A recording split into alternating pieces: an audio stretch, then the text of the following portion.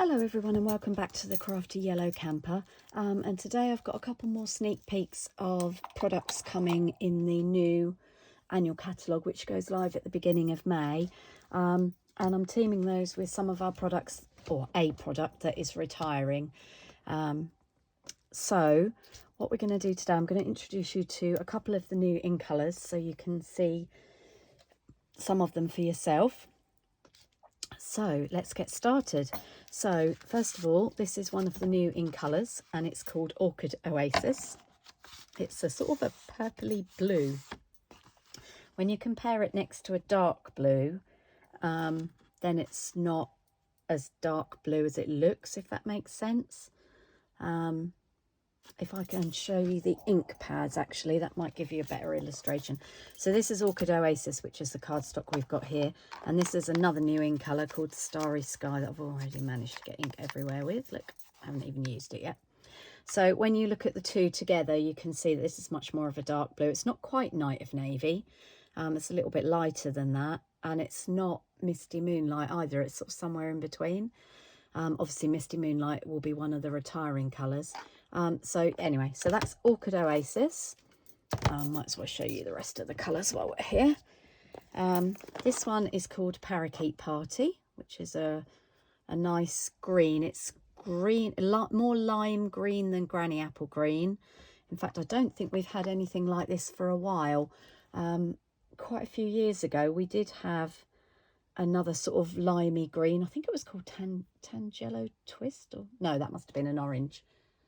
Anyway, we had another limey green. So that's that one. It's nice to have a nice alternative to our usual greens. This one is called Tahitian Tide. It's sort of between Bermuda Bay and Coastal Cabana, I suppose. So that will blend in nicely with our other array of blues we've got. And then we've got Sweet Sorbet, which is a sort of a strawberry colour. It's it's a bit darker than Poppy Parade, but lighter than some of our reds, a lot lighter than some of our reds. Again, Sweet Sorbet, I'm guessing that it's named after a nice sort of strawberry ice cream. So those are the 5 new in colours that we're going to be having. And then I just wanted to show you these papers. So these are the new, or one of the new in colour papers that we're going to get. So I'll show you. They come in the 5 different colours. So you've got the Orchid Oasis, Sweet Sorbet, Tahitian Tide, Parakeet Party and Starry Sky. This is the Orchid Oasis one because it's the one we're going to be using today. So this is one, they're all double-sided and there are 4 different patterns, 2 on each colourway, if that makes sense. No, that didn't make sense. 4 in each colourway, but 2 double-sided sheets. So this is the floral side, which is quite a nice little ditzy pattern. And on the back of that, you get a stripe. Quite nice for men's cards. And then I'll show you a couple of the other colours so that you can see what the other patterns are. Actually, this one is the Tahitian Tide. So there's a spot one side and a plaid the other side. So each of the 5 colours come in spots, florals, plaids and stripes. So each double-sided in each of the 5 colourways. Okay, I think I've explained that properly now. Just put those bits back in there. I like to keep my scraps in there. So for our card today, it's a nice, quick, simple card. And one of the papers that I'm going to be really, really sad to see go is the On the Horizon 6x6 paper pack. I love it so much I've actually bought an extra one so that I can use it after it's retired for my own private use. Those of you, I'm sure most of you will have come across it before because it's been such a popular paper pack. Paper packs very rarely, if ever, go from one catalogue to another. They have on occasion and very rarely gone from a mini catalogue to an annual catalogue, and as we know, this one was in the mini catalogue, and I think a lot of us demonstrators were rather hoping that it would stay, but it hasn't made the cut. Whether it will reappear later on in another mini, I'm not sure. But anyway, we're going to use the sort of scene side of it. Now I've cut this strip at 6.6 centimetres, and that might seem like a very accurate measurement. Again, these were 6x6 papers, so 6.6 centimetres, because we're going to make a window. So I've used the stitched rectangle dies, and I've put 2 that are close together in size. I'll show you what I mean. So here's one I did earlier, if you like. So I've got 2 of the stitched rectangle dies there, and they're quite close in size. You can see there's just a small bit in between, and I'm just going to pop that out. I've used some washi tape to hold them down when I die cut them, and then you can see that pops out both together. The middle pops out. Now I always save little pieces like this, because although you might not want a stitched rectangle in crumb cake, which you might do, although you might not, these little pieces are good for cutting out smaller dies or cutting into greetings, labels, that kind of stuff. So I always keep those. So this, as you can see, just pushes out from between the 2. Okay, so that's how to cut a frame. Now what I might do, and I haven't decided yet, so I've still got the bits and pieces that I cut. I got 2 out of a half an A4 sheet, and this is cut at 8 centimetres wide to get those out. I may well put a strut across the window using some of this edge. I haven't decided yet. Now the other thing I sometimes do on cards, and I'm not going to do it on this one because well, I might yet, I will see. I sometimes gut my card fronts. So by gutting, that means to remove a section. So I've cut this at 14.3 by 10, which is the right size for a matte layer on my C6 card base, which is half of an A4 if you're in the UK. And what I sometimes do is, if I'm going to be covering that up, that is a complete waste of cardstock that I could use in another project. So what you need to make sure, if you're going to do this, is not to cut out the outside frame, because you'll then have to line up your frame exactly, which you could do actually. Yeah, let's do that. Let's do that, if you don't mind bearing with me for a few minutes. So I'm going to take out the inside frame that we've used. I'm going to take this over to my die cutting machine.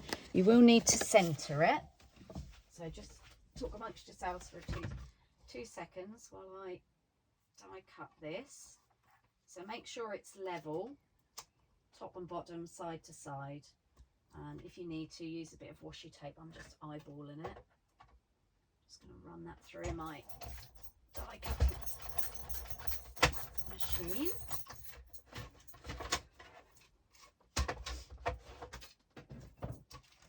Okay, and then I'll show you what I mean, and hopefully I've done it level. So I've run that through.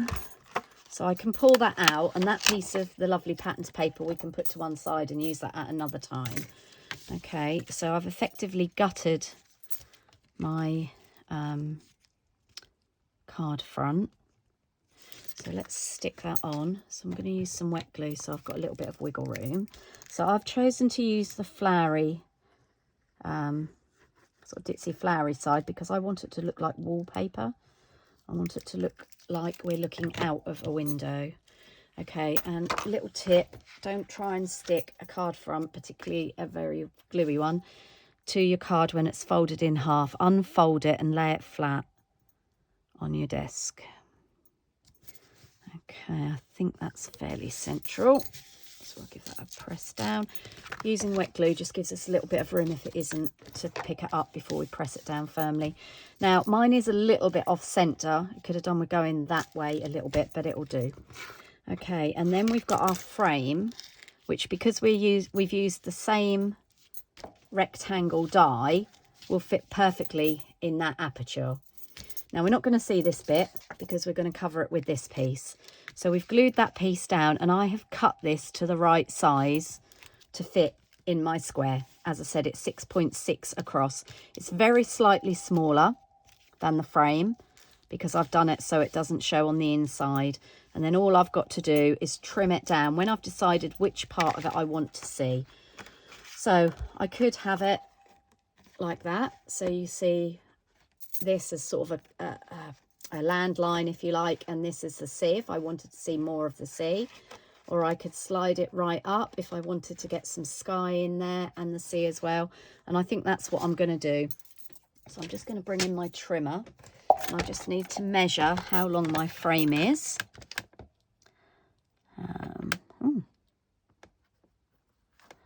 Just make sure you don't overlap the grid line, right? It's about 10.2.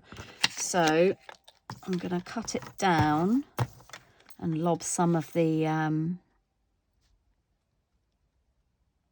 C off. I'll keep that little bit because you never know when those little bits are going to come in handy. Looks like a little bit of cloud. Okay, so let me just move my trimmer out of shot. Okay, so this piece should then fit in here like this. And then this frame should slot in to the aperture that we've cut it out of. And this bit is just a little bit fiddly because I've already laid another piece of paper in there, so that makes it a little bit fiddly. And you can see it, I'm just a little bit too long on the top there. So I'm just going to take off a sliver from the top. And we are talking a tiny sliver, and then offer it up again. Always measure twice, cut once. Don't want to lob a whole centimetre off there, which I know a centimetre would be way too much, but okay. So just want to make sure it's not sticking out, which it's not. So let's take that out of there. Right, what I'm going to do now, this should make it easier to stick our frame down actually. So again, I'm going in with some wet glue, and I'm just going to go around the edges, a little wiggle down the middle. And then I'm going to feed that into our, got my dies sticking to me with the washi tape. I'm going to feed that into the aperture in the middle. It's a little teensy bit smaller. And then very carefully, I'm going to go around our frame. Make sure you get the right side, because there is a wrong side and a right side, especially where the stitched dies are concerned. And I need to go all the way around the edge, and less is definitely more. We don't want it squidging out everywhere. Okay. And then starting at the bottom, because we need this to be level, which again is why I've used wet glue to give us a little bit of wiggle room. Then we can feed that frame. Oh, just got a little bit too much glue on there, but that's fine. We can get that off later with a glue rubber. Okay, so there's our window looking out on our scene, and I can see that my frame is a little bit on the skew width, but hopefully it won't notice too much. Now, do I go across with a piece like that? Let's just snip that out and have a little look what we want to do. Notice this bit isn't terribly level. Let's try this piece.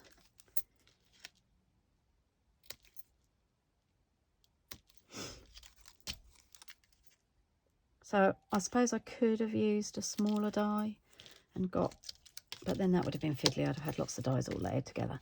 So I can go across with my